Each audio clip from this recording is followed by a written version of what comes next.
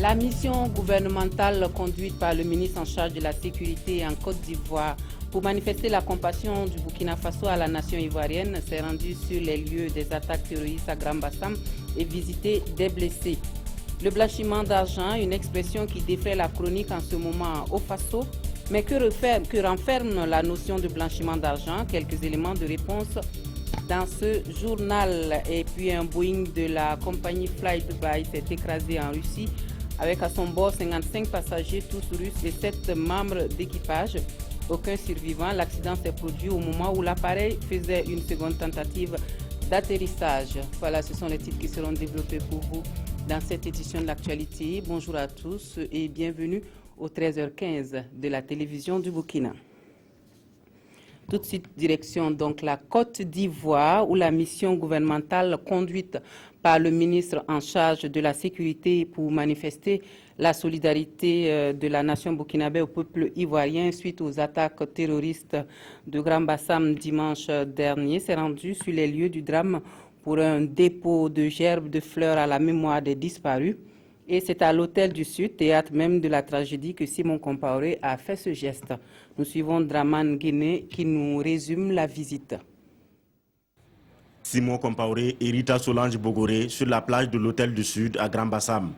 Une plage qui pleure encore ses 19 victimes lâchement tuées dans l'attentat du 13 mars dernier. La délégation burkinabé y est venue déposer une gerbe de fleurs à la mémoire de ces disparus.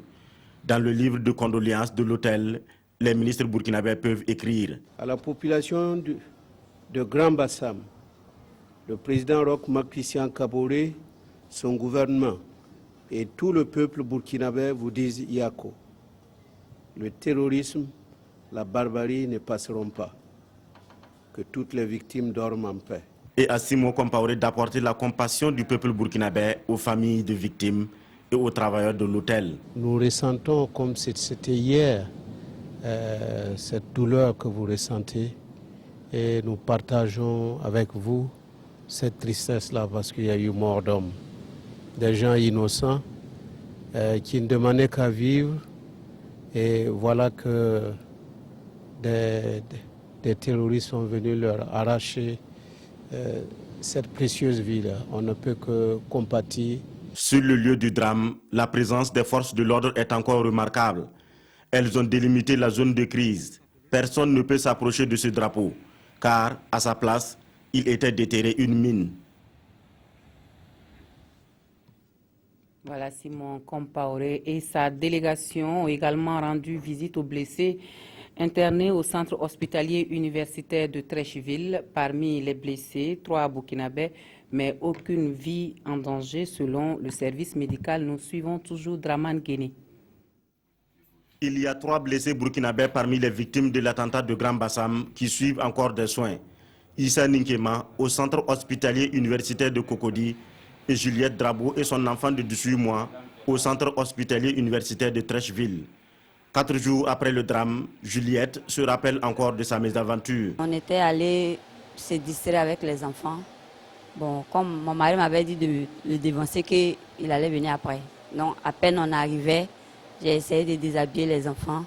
Bon, il m'a appelé pour me demander si on s'est installé. J'ai dit oui, on s'est installé, on a eu la place. Bon, il m'a dit que bon, qu'il arrive. Donc c'est dans ce temps maintenant, j'ai dit bon, on n'a qu'à s'asseoir, on va essayer de manger un peu avant d'aller s'amuser. Et c'est dans ça qu'on a attendu les coups de feu. Donc j'ai essayé de rassembler mes enfants. Donc, comme les gens fuyaient, donc les 3 autres se sont échappés. Donc j'ai essayé de me couvrir sur lui là. Maintenant la balle m'a traversé et puis bon, ça a traversé mon enfant. Donc il y avait des palmiers qui étaient là, j'étais obligé d'écarter et puis sortir par là. La délégation conduite par le ministre d'État Simon Compaoré a rendu visite à tous les blessés encore hospitalisés à Cocody et à Treichville. À la fin de la visite, c'est la mobilisation du personnel soignant qui retient l'attention. Je profite de l'occasion pour saluer le corps médical pour sa mobilisation. Il est encore là, au chevet des malades. Et avec cette dynamique-là, nous sommes sûrs que ces blessés vont recouvrir très rapidement la santé. De sources médicales, toutes les victimes sont prises en charge et actuellement aucune vie n'est en danger. Retour au Burkina Faso et parlons blanchiment d'argent à présent. Voici une expression qui est sur toutes les lèvres, surtout depuis que le Conseil des ministres en sa séance du 9 mars dernier a évoqué un soupçon de blanchiment d'argent à hauteur de plus de 86 milliards de francs CFA sur la base donc des résultats d'une enquête menée par la cellule des traitements des informations financières. Qu'est-ce que l'on met dans cette notion de blanchiment d'argent? Paul David Bambara et Mounira Kéré ont bien voulu nous éclairer davantage sur ce concept. À l'origine était la prohibition dans une Amérique où la vente de l'alcool était interdite. La mafia new-yorkaise qui contrôlait la vente et le trafic illicite d'alcool rachète des blanchisseries par le truchement desquelles elle déclare toute la masse d'argent générée par le crime organisé. L'argent sale est dilué dans les recettes des laveries et en sort ainsi blanchi. Si l'expression blanchiment d'argent tire son origine de ce procédé mafieux des années 20, aujourd'hui le phénomène revêt des formes variées et touche à de larges secteurs de l'économie mondiale. Au Burkina, plusieurs mécanismes sont utilisés pour blanchir l'argent sale. Pour ce qui est du cas particulier du Burkina Faso, les secteurs concernés par le blanchiment d'argent arrivent en premier lieu l'immobilier qui vient en premier lieu. Ensuite, nous avons les sociétés fictives.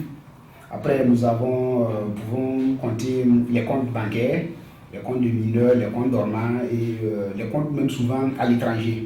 Les sommes provenant de la fraude fiscale et les casinos sont également, selon lui, des cadres propices pour masquer l'origine frauduleuse de l'argent. Cependant, depuis 2006, il existe au Burkina une loi relative à la lutte contre le blanchiment de capitaux. Il faut dire que l'infraction de blanchiment est une infraction assez assimilable à une infraction qui existe déjà dans notre code pénal, notamment le recel. Mais le législateur a cru bon de réprimer cette infraction par une loi particulière au regard de son impact sur le développement économique et sur le domaine sécuritaire. Il faut dire que c'est la loi 26/2006 du 28 mai 2006, je crois, qui réprime l'infraction de blanchiment de capitaux. Il faut dire que les auteurs complices de cette infraction encourent un emprisonnement de 3 à 7 ans. Outre une amende qui ne peut être que le triple des sommes qui ont été blanchies ou dont on a tenté de procéder au blanchiment. Dans l'affaire de soupçon de blanchiment de 86 milliards de francs CFA au Burkina, rendu public le 9 mars par le Conseil des ministres, une vingtaine de rapports d'enquête financière ont été soumis au procureur général par la CNTIF, la cellule nationale de traitement des informations financières, en vue de poursuites judiciaires. Ce premier trimestre aura été très fructueux en termes de saisie par les agents de la direction régionale des douanes du centre-Est. 17 kg d'or, d'une valeur de plus de 390 millions de francs CFA, des faux vaccins et plus de 700 kg de drogue saisis à Bogoré par le bureau de douane de Zabré. Les différentes prises ont été présentées à la presse et c'est Jean-Eudes Bayala et Aboubakar Sagnon qui nous en parlent. Sous l'œil vigilant du directeur régional des douanes du Centre-Est, d'un huissier et des agents de la Brigade nationale antifraude, les paquets contenant l'or sont déchirés. Les lingots sont comptés et pesés. Poids total des 4 paquets saisis, environ 17 kg. Valeur estimée, 391 millions de francs CFA. Le magot était camouflé dans la portière de ces véhicules et devait frauduleusement quitter le territoire. Pendant l'immobilisation du véhicule, les occupants se sont échappés. Ils se sont échappés, donc on a conduit le véhicule à la brigade et on a découvert 4 colis contenant des lingots d'or. En plus de l'or, les agents de la brigade mobile des douanes de Tinkodogo ont saisi des faux vaccins contre la méningite le 12 mars lors d'un contrôle routier à Koupela. Ils ont fait une fouille du car qui leur a permis de découvrir un colis qui était à l'intérieur sous les sièges. Et en inspectant le colis, ils se sont rendus compte qu'il s'agissait de vaccins. Et nous avons décidé de conduire le car à Tinkoro pour des fouilles plus poussées. Et ça nous a permis de découvrir sur le toit du car un autre colis contenant des vaccins. Ça fait 1600 doses. Selon les services de santé, ces vaccins sont dangereux pour la santé car ils ne sont pas homologués par l'OMS et n'ont pas suivi le circuit de froid qui exige qu'ils soient conservés entre 2 et 8 degrés. On ne sait pas exactement la composition, quelle est l'origine, quelle est l'usine qui a fabriqué ça. Est-ce que cette usine-là possède une assurance qualité ou une approbation de l'OMS? Il n'y a pas ça. Donc, vraiment, c'est un danger. D'autres produits pharmaceutiques d'origine douteuse, comme cette tisane contre l'hépatite B, ont été découverts dans le même cas. De la drogue a également été saisie, cette fois-ci par les agents du bureau de douane de Zabri. La quantité est importante, 737 kg. Les 22 sacs de chanvre indien estimés à 73 millions de francs CFA ont été découverts à Bogoré, localité située à la frontière avec le Ghana. La perquisition du domicile a été faite le 8 mars en collaboration avec la police des Abris. Suite à un renseignement digne de foi, et nos éléments ont effectué un déplacement sur les lieux. À l'issue des fouilles maintenant qu'ils ont trouvé dans une des cases et les 737 kg de chanvre indien. Et après la saisie, on a fait des pieds et des mains pour mettre la main sur le présumé délinquant, mais il se trouvait qu'il était en déplacement. Selon le directeur régional des douanes du Centre-Est, ces services pourraient mieux faire si les populations collaborent et cessent de se ranger du côté des fraudeurs. C'est la première fois que quand même une telle quantité soit saisie en une seule fois. Je me souviens que durant l'année 2015, pour toute la région, on a pu saisir que environ 1 tonne 410 kg de chanvre indien. C'est pour nous l'occasion de saluer cette performance, de les encourager et de sensibiliser la population. En 2015, la direction régionale des douanes du Centre-Est a mobilisé plus de 4 777 millions de francs CFA au profit du budget de l'État. Elle compte sur la collaboration des populations pour protéger davantage l'économie nationale et la santé des populations. La nationale de l'électricité, elle cherche toujours solution pour satisfaire la demande en énergie, surtout en cette période de grande chaleur. Des tractations sont en cours pour louer des groupes pour renforcer la capacité de production de la centrale Sonabel de Kosodo qui produit en ce moment 55 MW.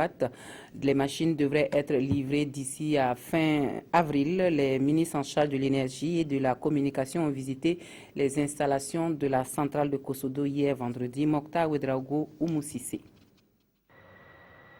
C'est ici que les machines de 55 MW seront installées pour renforcer la production électrique de la centrale de la Sonabel de Kosodo.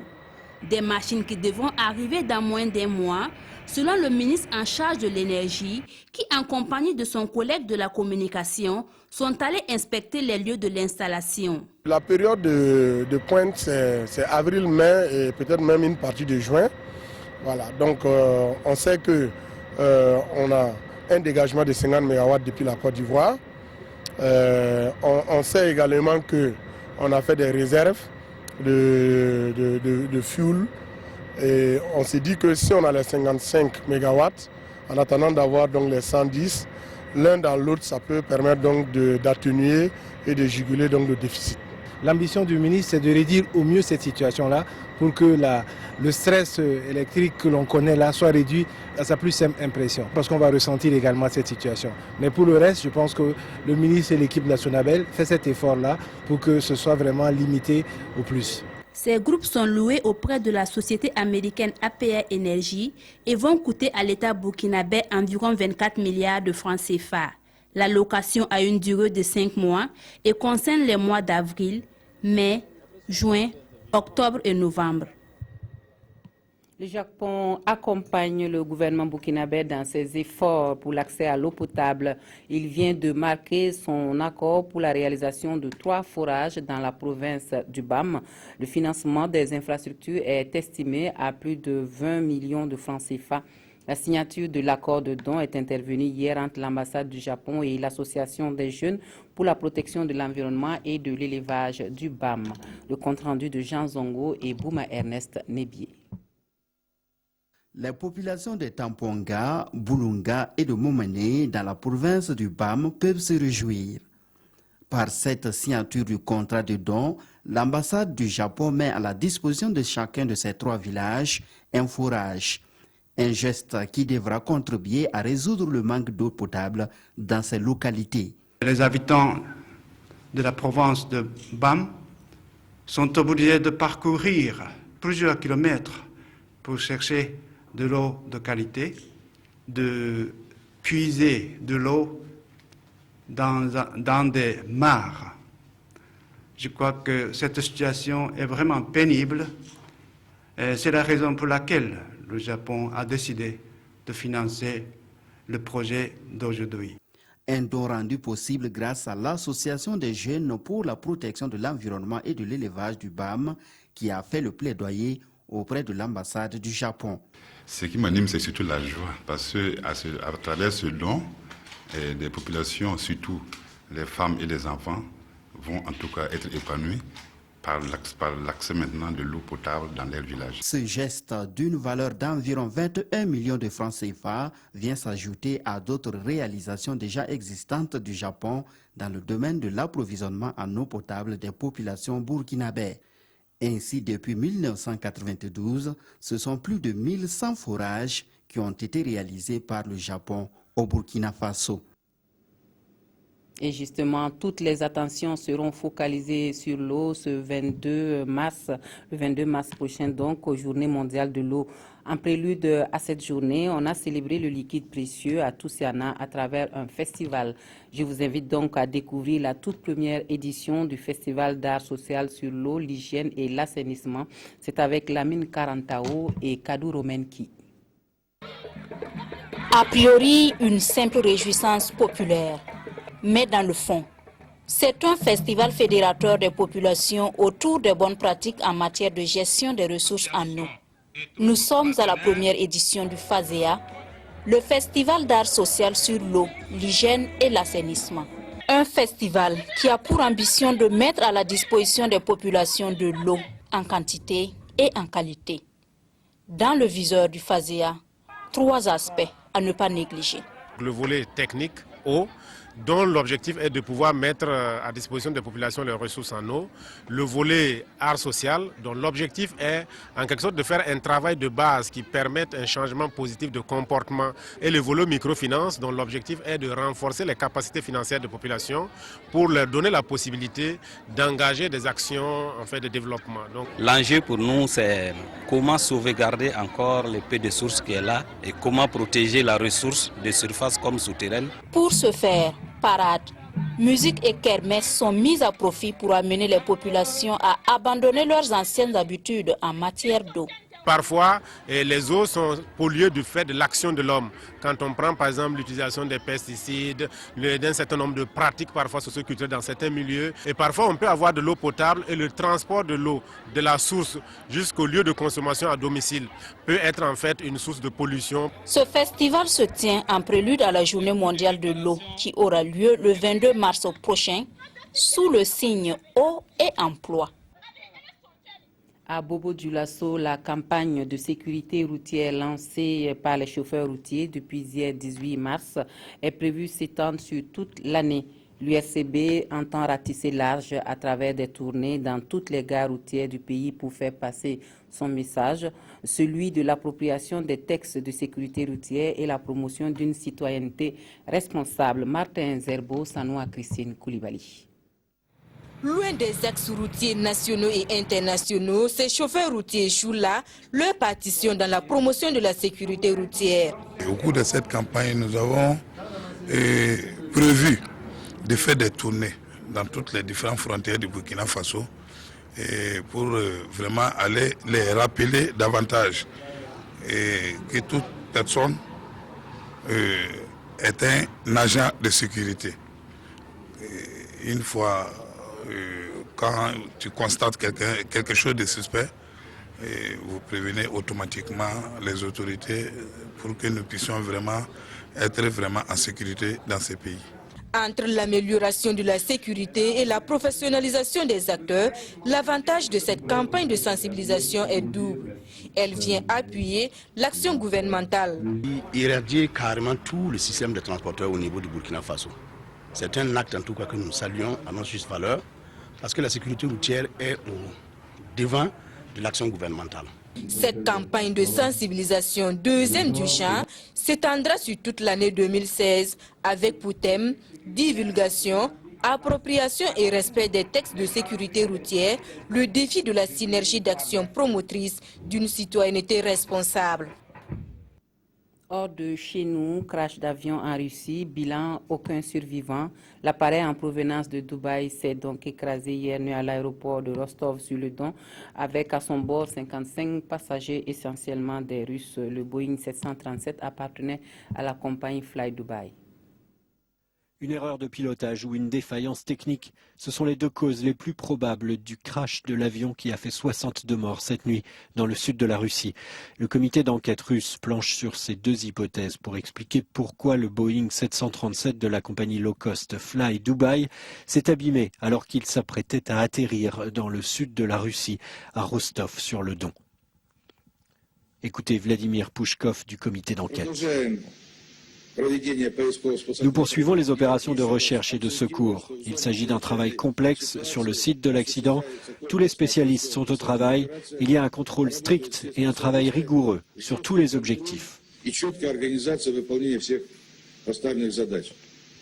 Selon les autorités russes, l'avion est tombé à une centaine de mètres de la piste lors d'une deuxième tentative d'atterrissage dans des conditions de pluie et de vent très forts. Tous les passagers de l'appareil étaient des citoyens russes. Retour chez nous pour refermer ce journal avec la revue de presse des hebdos. Affaire de deal de parcelles, terrorisme à Grand Bassam et municipal 2016 font l'actualité des hebdomadaires et c'est Abdoul Rasmane Zongo qui les a lus pour nous. Un député a-t-il le droit de sommeiller à l'Assemblée nationale? En tous les cas, c'est un cas dont il faut s'occuper et l'Observateur du dimanche dénonce ces députés pionceurs.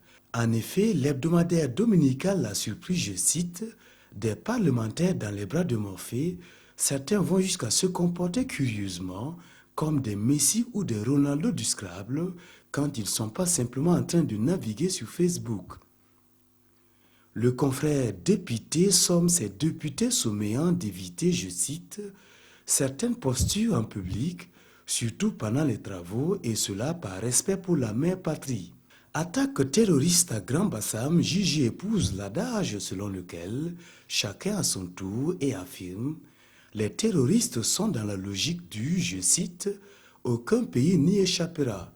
En revanche, le journal invite les Africains à une synergie des énergies pour bouter cette gangrène qu'est le terrorisme. L'hebdo satirique revient sur la polémique d'avant municipal 2016 et s'exclame « Et ce qui devait arriver au MPP arriva », allusion faite au partage du gâteau, plus exactement au guéguerre suscité par l'établissement des dossiers de candidature. Là-dessus aussi, l'opinion se fait une opinion et martèle. Le MPP dans la tourmente des listes. L'hebdo se fait également l'écho du chaos dans lequel Zida semble plonger, affaire de deal de parcelles par exemple, où une mise en accusation de Zida s'impose, exige l'opinion. Voilà, on s'arrête ici pour les informations de la mi-journée sur la télévision du Burkina. Merci à vous de nous avoir reçus chez vous. Excellent après-midi à tous et à